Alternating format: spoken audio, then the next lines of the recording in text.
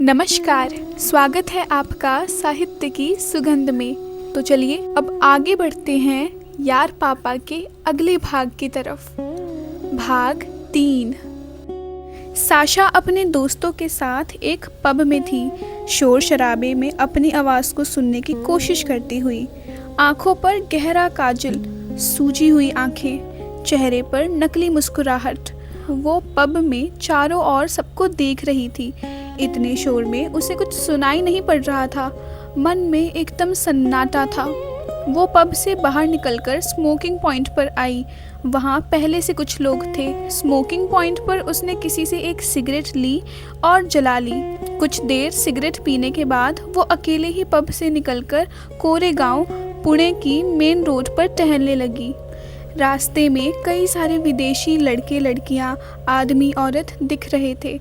इनमें से ज़्यादातर वे लोग थे जो रजनीश के आश्रम में आए हुए थे। वो कुछ देर चलकर जर्मन बेकरी पहुंची। वैसे वो यहाँ कभी अकेले नहीं आती थी, हमेशा अपनी गैंग साथ लेकर आती थी। ऐसी जगह जहाँ आप दोस्तों के साथ आए हों, वहाँ कभी अकेले पहुँचने में ज़्यादा खाली लगता है। साशा ने अपनी फेवरेट पेस्ट्री ऑर्डर की और अपनी फेवरेट जगह पर आकर बैठ गई। वो लोगों को देखने लगी। अपने अलावा उसे सब खुश लग रहे थे। बेकरी के दूसरे कोने में एक लड़का भी साशा के जैसे ही पूरे कैफे को अकेले देख रहा था। दोनों की नजरें मिली।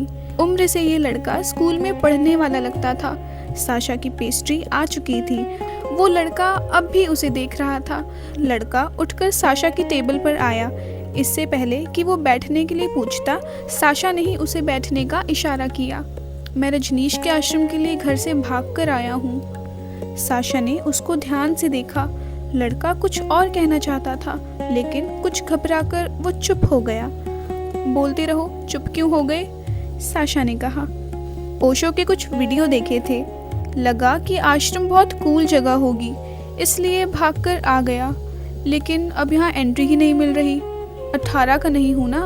अब डर लग रहा है, मुझे घर वापस नहीं जाना। साशा भी तो घर से भाग ही रही थी।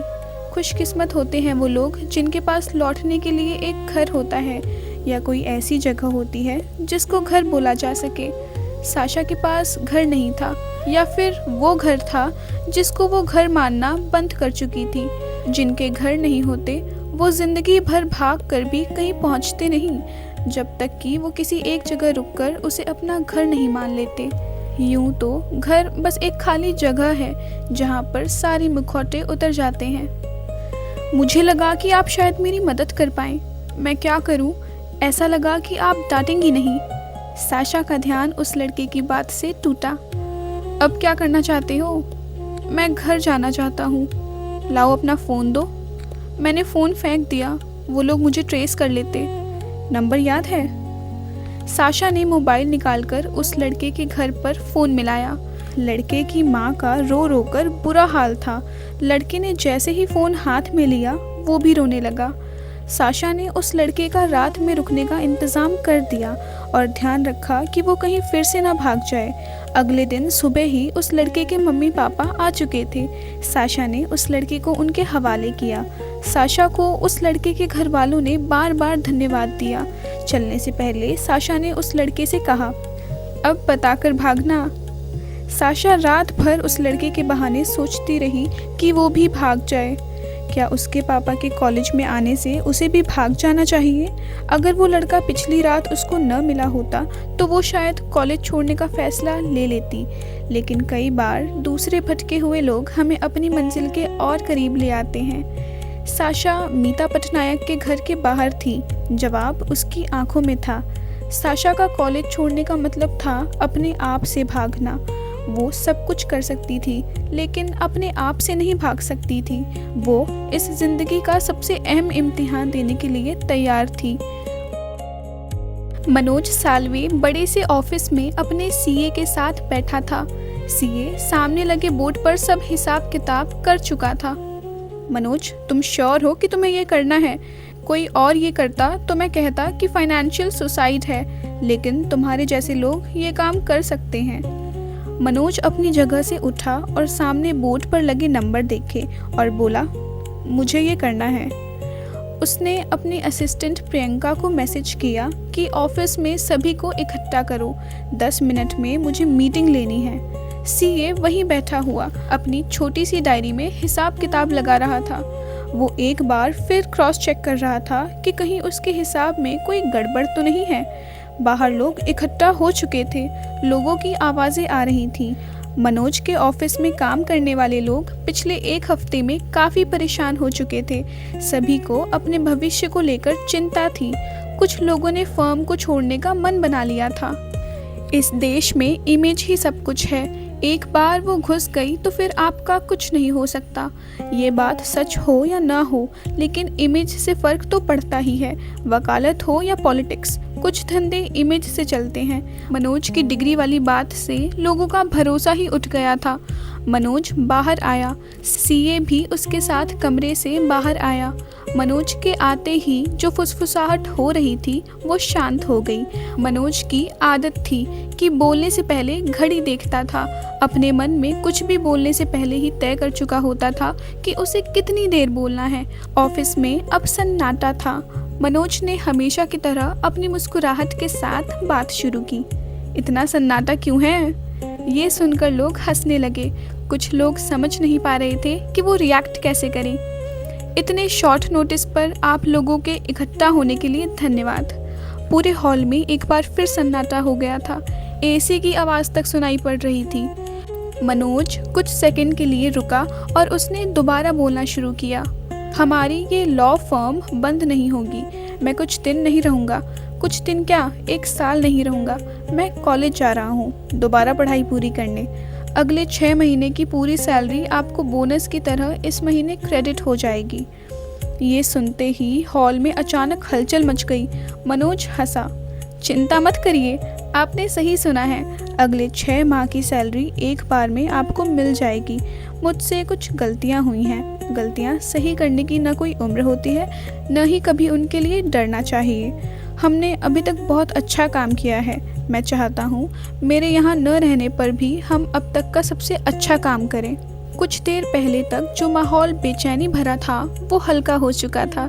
कुछ लोग माहौल को हल्का कर देते हैं। मनोज को ये काम बखूबी आता था। कब किसी केस में राई को पहाड़ कर देना और अगले ही पल पहाड़ को तोड़कर एक पल में राई कर देना। ऑफिस के नए इंटर्न ने मनोज से बहुत से सवाल पूछे। मनोज पूरी ईमानदारी से सबके जवाब दे रहा था कि तभी एक लड़की ने पूछा, सर आपने अपनी डिग्री पूरी क्यों नहीं की थी? झूठ क्यों बोला? इस सवाल से सब सख्ते में आ गए। सबको लगा अभी तो अच्छा माहौल बना था और ऐसे में ये सवाल सब कुछ बिगाड़ ना दे। मनोज ने उस इंटर्न को ध्यान से देखा और कहा, ये बहुत अच्छा सवाल है। मैं सोच ही रहा था कि अभी तक ये सवाल किसी ने पूछा क्यों नहीं, लेकिन इस सवाल का जवाब मैं लौट कर दूंगा। मनोज कुछ सेकंड रुका। हो सकता है मेरे लौटने से पहले ही इसका जवाब आपको मिल जाए। मनोज दोबारा अपने कमरे में आ चुका था। 6 महीने की सैलरी के पेपर्स पर साइन करते हुए उसे हल्का महसूस हुआ। कुछ बोझ धीरे धीरे उतरते हैं, कुछ को उतरने में उम्र लग जाती है और कुछ कभी उतर नहीं पाते। आखिरी पल में वही एक आध बोझ सांस पर भारी पड़ते होंगे। आदमी पश्चाताप के बोझ तले मरने के लिए अभिशप्त है। मनोज अब अपने जीवन के हर एक बोझ से मुक्त होना चाहता था। मनोज की डिग्री वाली बात निकले हुए 1 हफ्ता बीत चुका था और अब भी अखबार रोज एक से एक नए सनसनीखेज खुलासे कर रहे थे। मनोज ऑफिस से निकलकर उस दिन काफ़ी हल्का महसूस कर रहा था। उसने कार में बैठकर कॉल लगाया। उस तरफ से एक औरत की आवाज़ आई, कितने बजे तक आ जाओगे? चल दिया है, फ्लाइट लेकर घर पहुंचने तक 5 घंटे लगने चाहिए। 2 सेकंड तक न मनोज ने कुछ कहा और न ही उधर से कोई आवाज़ आई। क्या खाओगे? कुछ भी। ठीक है, फिर बाद में मत बोलना, उस आवाज़ ने कहा। अच्छा, एक छोटा सा काम करना होगा। देर हो जाती इसलिए मैं कपड़े नहीं ला पाया। मेरे कपड़े अभी पड़े हैं वहाँ। वो तो बांट दिए, मैं देखती हूँ, नए ले लेती हूँ। साइज़ याद है? टीवी पर देखा अभी तुमको। साइज़ बदला नहीं है तुम्हारा। मनोज ने गज़ल को थोड़ा तेज़ किया। कुछ ही देर में वो एयरपोर्ट पर था। फ्लाइट पर बैठते ही उसे नींद आ गई। एयर होस्टेस उसे उठाने आई। सर, गोवा आ गया। मनोज झटके से उठा। उसने घड़ी में देखा, शाम के 5:30 बज रहे थे। फ्लाइट से बाहर सूरज डूबने की तैयारी में था। साशा को क्लास में गहरी नींद आ रही थी। क्लास का ब्रेक होते ही उसने अपना मुंह धोया। कई बार अपने आप पर पानी डालते हुए हम अपनी सच्चाई को बदलने की कोशिश करते हैं। बार बार पानी डालने से सच्चाई भले न बदले, सच्चाई का सामना करने की हिम्मत हम ऐसे ही पलों में पाते हैं। साशा की आंखें लाल थीं। तभी उसके मोबाइल पर उस रात वाले लड़के का मैसेज आया। थैंक्स दीदी, मैं घर पहुंच गया। साशा ने एक स्माइली बनाकर भेज दिया। तभी उसके मोबाइल पर मम्मी का फ़ोन आया। इससे पहले मम्मी कुछ बोलती, साशा ने इधर से कहा, मम्मा, पता चला तुमको पापा का? मनोज आज यहाँ आ रहा है। साशा को पहले तो यकीन नहीं हुआ। तुम्हारे पास? हुआ क्या है मनोज साल्वे को? साशा, दोस्त नहीं है जो नाम ले रही हो, पापा हैं तुम्हारे। तो आप क्यों मिल रहे हो? साशा गुस्से में थी। साशा की बात अभी पूरी नहीं हुई थी कि क्लास से बुलावा आ गया। शाम को बात करते हैं, मम्मी ने कहा। मुझे नहीं करनी बात, साशा ने जवाब दिया। कॉलेज में गेस्ट लेक्चर था जिसको अटेंड करना कंपलसरी था। लेक्चर शुरू हो चुका था और साशा की नींद उड़ चुकी थी। वो बेमन से ऑडिटोरियम में जाकर बैठ गई। कुछ सूखे पत्ते, कुछ किताबें, थोड़ी सी धूप, चुटकी भर रात, अंजलि भर पहाड़ और घर के पीछे तालाब भर समंदर। दुनिया को अगर किसी लड़की ने बनाया होता तो उसमें बस इतनी ही चीज़ें होती। प्रिया ने अपनी नई दुनिया इन्हीं छोटी मोटी चीज़ों से बनाई थी। गोवा के छोटे से लेकिन सुंदर घर में प्रिया चाय बना रही थी।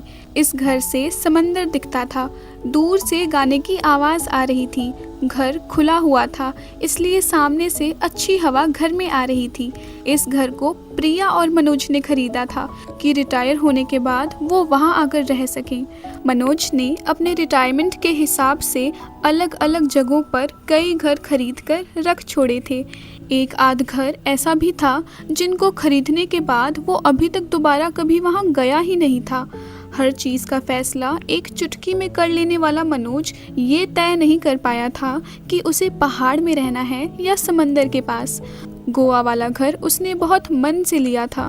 उसको कभी ये नहीं लगा था कि वो और प्रिया अलग भी होंगे। तलाक सुनते ही लगता है कि एक लंबी लड़ाई के बाद ही दो लोग अलग होते होंगे, जबकि प्रिया और मनोज में कभी ऐसी कोई लड़ाई नहीं हुई थी। बस उनके बीच बात खत्म हो गई थी। न ही मनोज का कोई अफेयर था, न ही प्रिया का। मनोज ने अपने आप को इतना बिजी कर लिया था कि उसके पास प्रिया के लिए समय बचा ही नहीं था। जो लोग ज़ीरो से भी थोड़ा सा पीछे से शुरू करते हैं वो कभी जान नहीं पाते कि ज़ीरो के दूसरी तरफ कितना आगे तक जाना है, क्योंकि कहीं ना कहीं एक डर काम कर रहा होता है कि कहीं ज़िंदगी दोबारा ज़ीरो की बाईं तरफ ना पटक दे। फिर पता नहीं चलता कि एक दिन ज़ीरो के भीतर अपने ही लोग खो जाते हैं। मनोज के अकाउंट में दाईं तरफ के इतने ज़ीरो थे कि प्रिया और साशा दोनों ही उसमें गुम हो चुके थे। प्रिया के लिए अकेले रहने का फैसला आसान नहीं था। वो जो कभी घर में अकेले नहीं रहती थी, अब इस घर में अकेले रह रही थी। शुरू में रात में हल्की सी आवाज़ से भी उसको दिक्कत होती, लेकिन धीरे धीरे उसे इसकी आदत पड़ गई। मनोज ने कभी सोचा नहीं था कि अपने काम के चक्कर में सालों से उसने अपने घर वालों से बात ही नहीं की। जब वो एक दिन पास नहीं होंगे तो लाइफ कैसी होगी। मनोज प्रिया से दूर भले हो गया था, लेकिन अब भी उसके मन में ये बात थी कि प्रिया कभी दूसरी शादी न करे। मनोज ठीक वैसे ही आया था जैसे प्रिया से पहली बार मिला था, खाली हाथ। घर में एक कमरा उसके लिए तैयार था। प्रिया हिचकिचाहट के साथ आगे बढ़ी। मनोज हिचकिचाहट के साथ हल्का सा पीछे हुआ। एक सेकंड के बाद मनोज हिचकिचाहट के साथ आगे बढ़ा। प्रिया हिचकिचाहट के साथ हल्का सा पीछे हुई। दोनों की हिचकिचाहट ने आपस में बात की और उंगलियां पकड़कर समंदर किनारे रेत पर मिटने के लिए चली गईं। अब कमरे में मनोज और प्रिया थे। दोनों ने आगे बढ़कर एक दूसरे को गले लगाया। प्रिया से मनोज को वही महक आई जो महक उसके घर में हुआ करती थी। प्रिया के गले लगते ही उसे लगा कि वो घर आ गया है। एक दो लोग ऐसे होने चाहिए जिनको गले लगाकर हम घर पहुंच जाएं या घर की याद आना बंद हो जाए। मनोज की पलकों पर पिछले कुछ सालों की थकावट आकर बैठ गई थी। उसका आंख खोलने का मन नहीं कर रहा था। पल को सोखने का एक ही तरीका है कि हम आंखें बंद कर लें। सबसे आत्मीय क्षणों में आंखें इसलिए बंद हो जाती हैं क्योंकि समय को रोकने का और कोई तरीका अभी हम खोज नहीं पाए हैं। इस रेलम पेल भागम भाग में कुछ लोग घर जैसे होते हैं और कुछ ही लोगों से घर होता है। हमारे कितने घर बिखर गए इसका कोई हिसाब किताब कभी नहीं होगा। न बना हुआ घर एक बोझ बनकर कभी हमारा पीछा नहीं छोड़ेगा।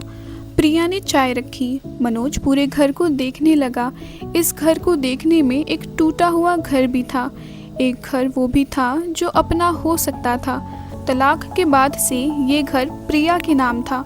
वो यहाँ से लोकल कपड़ों के ब्रांड के साथ काम करती थी, तो एक कमरे में उसके कपड़ों के तमाम डिज़ाइन लगे हुए थे। कैसी है चाय? प्रिया ने पूछा। चाय में वो स्वाद नहीं था जो मनोज ढूंढ रहा था। मनोज उठा और किचन में जाकर खुद चाय बनाने लगा। सुबह की पहली चाय हमेशा मनोज बनाता था। उसकी आदत थी सुबह उठकर चाय बनाकर टेनिस खेलने जाने की। प्रिया को उसके हाथ की चाय बहुत पसंद थी। मनोज को किचन में सामान ढूंढने में दिक्कत नहीं हुई। किचन में सामान ठीक वैसे ही रखा था जैसा दिल्ली वाले घर में था। सब बदलकर भी इतना नहीं बदला था। मनोज ने चाय लाकर रखी। प्रिया को वही स्वाद आया। भूला हुआ स्वाद जब कई दिनों बाद आता है तो साथ में बीते हुए दिन भी ले आता है। कैसे हो? ठीक। इतनी सी बात में चाय खत्म हो गई। तुम्हारे लिए कपड़े ले आई थी। फिर एक बार बात खत्म हो गई। यहाँ क्यों आए हो? नहीं आना चाहिए था। मेरा वो मतलब नहीं था। प्रिया ने मनोज की ओर देखते हुए कहा। ये डिग्री वाली बात तुमने कभी मुझे भी नहीं बताई। प्रिया ने अगला सवाल किया। एक साथ 3 सवाल? इतने सवाल तो मुझसे जज भी नहीं पूछता। मनोज ने हल्की मुस्कुराहट के साथ कहा। ठीक है, मत बताओ। प्रिया ने थोड़ा सा खींचते हुए कहा। मनोज ने बात बदलते हुए कहा। मैं दोबारा कॉलेज जा रहा हूँ।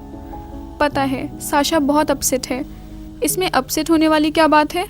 प्रिया ने अपने आप को सोफे में पीछे धकेला। तुम्हें इसमें अपसेट होने वाली कोई बात नहीं लगती? मनोज, तुम्हारी प्रॉब्लम यही है कि तुम अपने आगे किसी का नहीं सोचते, अपनी बच्ची का भी नहीं। मनोज लड़ाई के मूड में नहीं था। वो कोर्ट में इतनी बहस कर चुका था कि कम से कम घर में उसे कोई भी बहस कभी भी पसंद नहीं थी। मेरे जाने से क्या होगा? साशा परेशान होगी। तुम अपनी बच्ची को परेशान कैसे कर सकते हो? अब बच्ची नहीं है वो। तुम्हारे आने की खबर से वो बहुत परेशान है। मनोज को ये सुनकर गुस्सा आ गया। तो मैं क्या करूं? ये बताना पड़ेगा कि क्या करो। तुम कॉलेज नहीं जाओगे मनोज। साशा की डिग्री हो जाने दो, फिर जाना। तुम्हें पता भी नहीं है कि तुम्हारी वजह से सबको क्या झेलना पड़ता है। अब मनोज से कंट्रोल नहीं हुआ। वो उठा और कमरे में एक कोने से दूसरे कोने तक चलने लगा। कुछ कहते कहते वो रुका, कुछ सोचता रहा। किचन में जाकर पानी पिया। उसका मन बहुत ज़ोर से चिल्लाने का था, लेकिन अपने आप को संभाल कर वो वापस आया। प्रिया, यही ज़रूरी है। मेरी आज तक की रेपुटेशन स्टेक पर है। रेपुटेशन बेटी से बड़ी है क्या?